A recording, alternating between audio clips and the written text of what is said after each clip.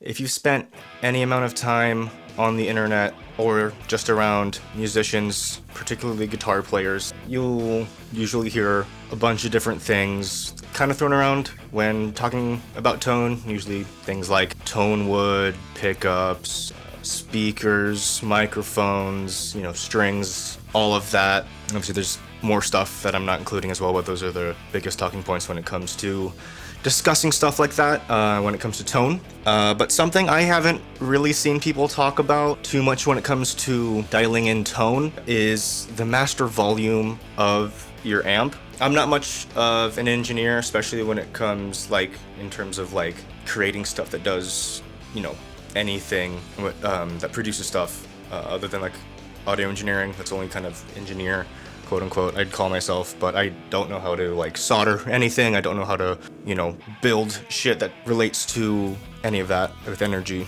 or sound, whatever. So I'm not really going to be going into a scientific deep dive on this kind of thing. I kind of asked myself recently, does the master volume on your amp, depending on where you have it set, does that really affect your tone? And so that's kind of what I did. I did a little bit of an experiment type of mix the other day, and deciding to share the results with you guys. So what I'm going to be doing is I'm going to be playing through a portion of Dragged Under's song called Chelsea. What I'm going to do is, what I ended up doing was I ended up recording two guitar parts, rhythm guitar parts, a left track and a right track, and then two melody tracks that's actually recorded in the song as well. And then I reamped all four of those signals, both rhythm tracks, both lead tracks, into the same exact amp, through the same exact cab, with the same exact speakers, with the same exact mic position, with the same exact EQ settings as well. But the only thing I really changed in terms of what's on the amp is the master volume. So the two different examples I'm going to be doing in terms of where the volume level is set is the low volume is going to be kind of at bedroom volume, and then the second time volume setting is going to be at kind of a gig volume, so pretty loud. I didn't just do that with the guitar, I did that with the bass track as well, because I was kind of curious to see how that would affect bass as well. So you will be hearing not just the guitar parts adjusted, the master volume adjusted while recording, but the same thing with my bass. The bass amp. The bass amp in question is going to be the Hartkey, the HD 500, and my amp is the Vox AV60. That's going into a 212 PV cab. It's the Invective cab loaded with Celestion speakers. Going to be making up the Vintage 30 with a Shure SM57, and the mic I used for the bass amp is the SE Electronics V7. So let's go ahead and hop into a full track and mix and master track and see what it sounds like. Let me know what you guys think is which in the comment section below.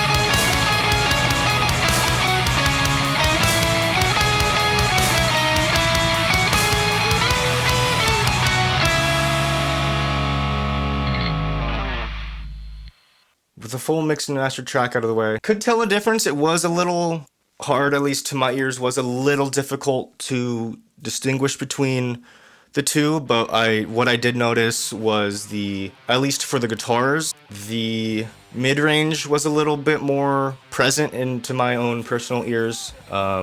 and it just felt a bit more there in the mix, if that makes any sense. Before I move on further, the reason I reamped everything is so I can keep everything the same, including the performance the same, just so I can isolate the master volume change. But yeah, basically I didn't really notice too much. The louder volumes kind of just seemed a bit more there and in your face and compressed, which is not a bad thing. Compression is, you know, needed. The leads on the higher master volume sounded a bit different than this. Is kind of where I noticed the bigger differences. Again, there's a bit more compression there.